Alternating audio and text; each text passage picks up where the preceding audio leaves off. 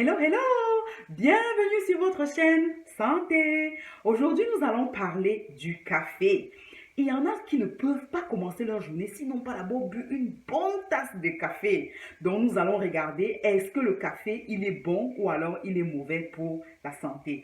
Avant de continuer cette vidéo, s'il te plaît, abonne-toi à ma chaîne. Abonne-toi à cette chaîne parce que ici, on discute de la santé et surtout, je vous donne les astuces pour garder et contrôler votre santé. Car, comme tu sais, prévenir vaut mieux que guérir. Avant de commencer, le café, c'est la deuxième boisson la plus consommée au monde après l'eau. Donc, la première boisson, c'est l'eau et après vient tout de suite le café. En fait, dans le café, il y a ce qu'on appelle la caféine. La caféine, c'est la molécule qui donne vraiment toutes les actions du café sur le corps. Donc, la caféine a plusieurs effets sur le corps qui sont bénéfiques. Le premier effet bénéfique, c'est quoi? C'est que la caféine, c'est une molécule stimulante de l'éveil et de la vigilance. Ça veut dire que si vous avez un travail très important à faire, vous avez besoin d'être concentré, de rester éveillé, vous pouvez boire du café parce que ça va vous aider. Je sais que c'est quelque chose de très connu. Les gens savent tous que quand ils ont des examens à préparer, il faut qu'ils boivent des grandes quantités de café pour pouvoir rester éveillé longtemps. Donc, le café peut aider par rapport à cela. Des études scientifiques aussi ont prouvé que boire entre 2 à 3 tasses de café par jour peut vous aider à faire prévenir les maladies cardiovasculaires.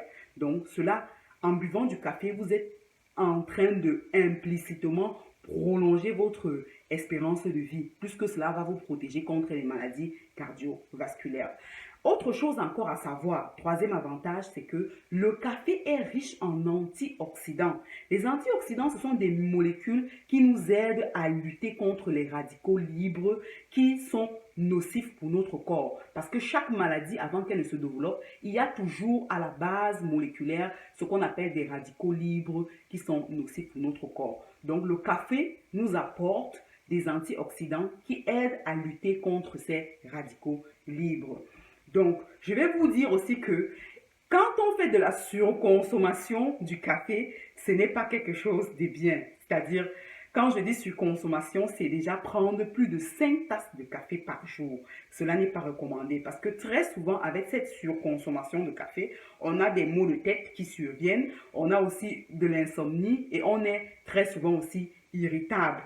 Et plus tard, on développe aussi un peu de l'addiction. Si bien que le matin, si on n'a pas bu son nombre de café qu'il faut, on est carrément bloqué, on ne peut plus rien faire et notre corps en demande. C'est ce qu'on appelle de l'addiction.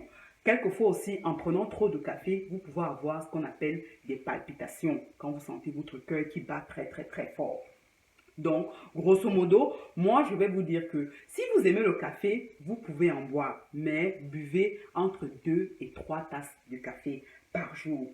Évitez aussi de boire le café quand il est déjà 17 heures.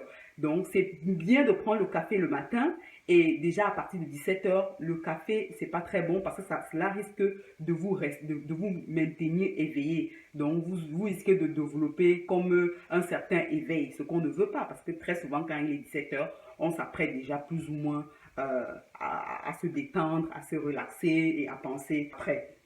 Donc, c'est un peu ce que je peux dire grosso modo pour le café. Buvez du café 2 à 3 tasses par jour et évitez la surconsommation. C'est ce que moi je vais vous dire. Donc, abonnez-vous à ma chaîne et on se dit à bientôt pour une nouvelle vidéo santé.